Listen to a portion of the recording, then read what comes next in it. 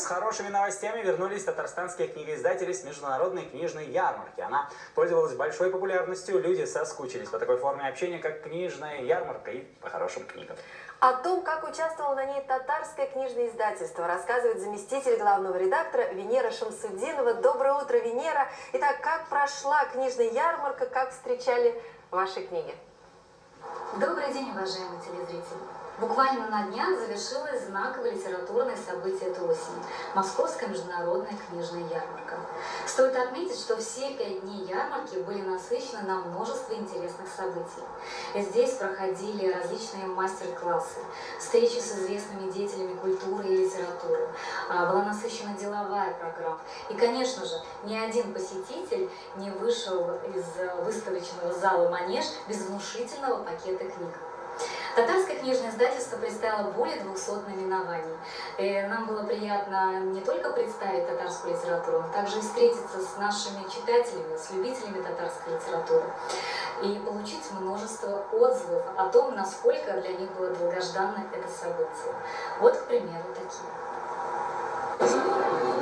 Хочу сказать, что я уже не первый год подхожу к павильону татарского книжного издательства, и у меня уже есть некоторые книги, которые мы с удовольствием читаем, дома рассматриваем. И вот в этот раз такие новинки, которые я увидела и решила приобрести. Габдулла Тукай в феврале. Габдулла Тукай, водяная, очень красивые иллюстрации, замечательный авторский текст. Вот еще удивительная книга. Мне сказали, вы благодарили первоклассников в Татарстане, поэтому В интерактивном формате. Да, оценить, замечательная книга. И вот, честно говоря, заинтересовалась даже татарским языком. Здесь очень интересный самоучитель, который стоит буквально копейки. Венера, а с какими результатами, какими итогами завершилась эта ярмарка для вашего издательства? Волнительным моментом ярмарки стало подведение итогов конкурса региональной краеведческой литературы «Малая Родина-2020». На этот раз на суд жюри было представлено более 100 книг из 52 издательств из разных городов Российской Федерации.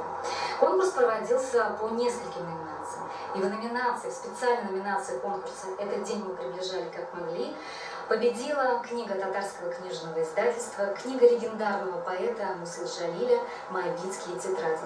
Книга была выпущена на татарском и русском языках в прошлом году.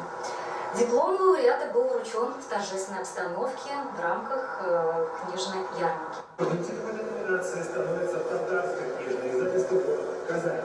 Вы получили награду за подготовку и выпуск факсимильного издания книги Мусы Джалиля «Моабитские тетради». Получили диплом лауреата Тимошенко Санегира, директора татарского книжного издательства Ильдара Давидовича Сократыша. Спасибо большое.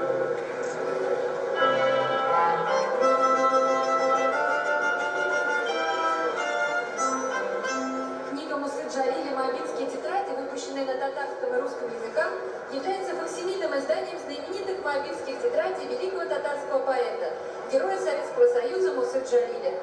Эти тетрадки, пройдя через миллионы рук, фронты и войны, дошли до нас. Миллионы людей пропали без вести, а стихи остались. Еще одно знаковое событие состоялось для нас – это подведение итогов еще одного конкурса.